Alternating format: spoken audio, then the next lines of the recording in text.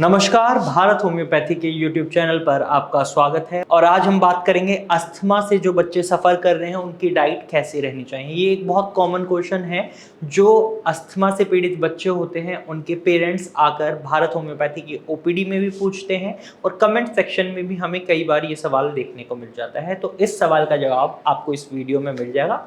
Video को and तक देखिएगा और अगर आप अस्थमा या किसी भी तरीके की सांस से संबंधित बीमारियों से पीड़ित हैं तो हमारे चैनल को सब्सक्राइब कर लें, क्योंकि इस चैनल पर हम आपको हर हफ्ते रेस्पिरेटरी प्रॉब्लम से रिलेटेड एक वीडियो लेकर आते हैं जो आपके लिए बेनिफिशियल हो सकती है। तो चलिए वीडियो में आगे बढ़ते हैं। सबसे पहले आपको ये समझना होगा कि बच्चे को क्या चीज़ें नहीं खिलानी है, क्योंकि बच्चे तो अनजान होते हैं इन चीज़ों से। और अगर ऐसे में आपका बच्चा कोई ऐसी चीज़ खा रहा है जिससे अस्थमा बढ़ता है तो दिक्कत हो सकती है। आपको उन चीज़ों को बिल्कुल अवॉइड करना है, जैसे दही, लस्सी, अचार और खट्टे फल जैसे संतरा, मौसमी, अंगूर और आपका नींबू, इस तरीके की चीज़ें अवॉइड करनी होती हैं। कच्चा टमाटर तक अवॉइड करना होता है। जो भी खट्टी चीज़ें हैं वो अस्थमा के पेशेंट को अवॉइड करने की कहा जाता है। ऐसे में आपके बच्चे को भी इन्हें अवॉइड ही करना है।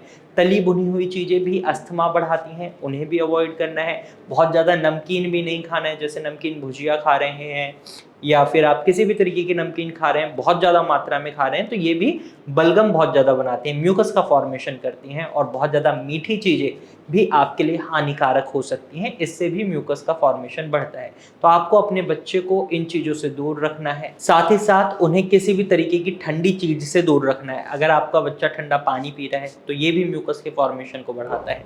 तो इन चीज़ों से अगर आप अपने बच्चे को दूर रखेंगे तो डेफिनेटली आपको बहुत अच्छे बदलाव देखने को मिलेंगे अपने बच्चे की हेल्थ में। अब बात करते हैं कौन कौन सी चीज़ें उन्हें खानी, क्योंकि ये सारी चीज़ें तो मैंने आपको अवॉइड की बता दी। कई लोगों के मन में आया होगा सारी चीज़ें तो अवॉइड करवा दी, अब बचा क्या? बहुत चीज़ें बची हैं। हालांकि अस्थमा रोगी को, अस्थमा से जो पीड़ित बच्चे हैं उनको दूध पीने की सलाह नहीं दी जाती, लेकिन बच्चे की जो ग्रोथ होती है उसमें दूध बहुत इंपॉर्टेंट रोल प्ले करता है। ऐसे में अस्थमा से पीड़ित बच्चे भी दूध पी सकते हैं, लेकिन किस तरीके से? वो या तो गाय का दूध पिएंगे या बकरी का या डबल टोन मिल्क।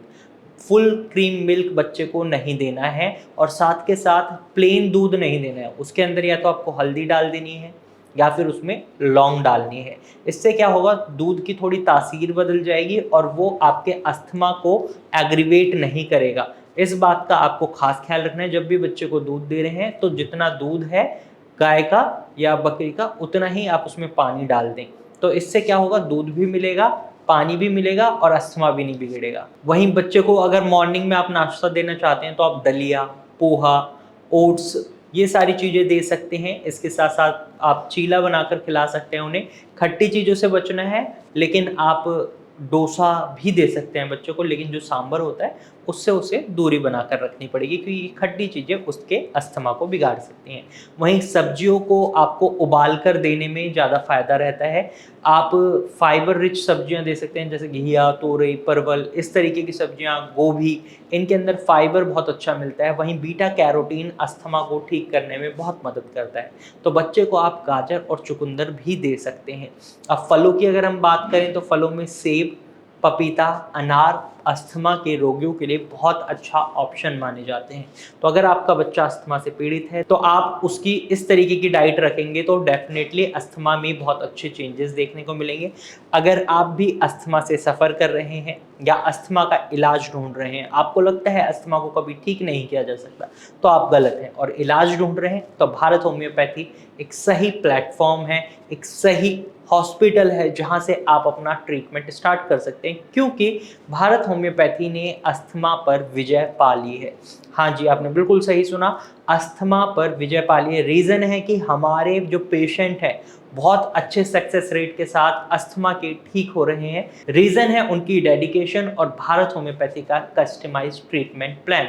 तो भारत होम्योपैथी के कस्टमाइज्ड ट्रीटमेंट प्लान के लिए तो आप नीचे दिए गए नंबर पर कॉल कर सकते हैं या इस नंबर पर अपनी रेस्पिरेटरी प्रॉब्लम शेयर कर सकते हैं। हमारे डॉक्टर की टीम खुद आपसे कांटेक्ट करेगी और आपको एक प्रॉपर एडवाइस देगी। तो आज की वीडियो में सिर्फ इतना ही। अगर आपको ये जानकारी पसंद आई है तो वीडियो को लाइक और शेयर जरूर कीजिएगा और ऐसे ही इन्फॉर्मेटिव वीडियोस के लिए हमारे चैनल को सब्सक्राइब कर लीजिएगा। Thank you for watching.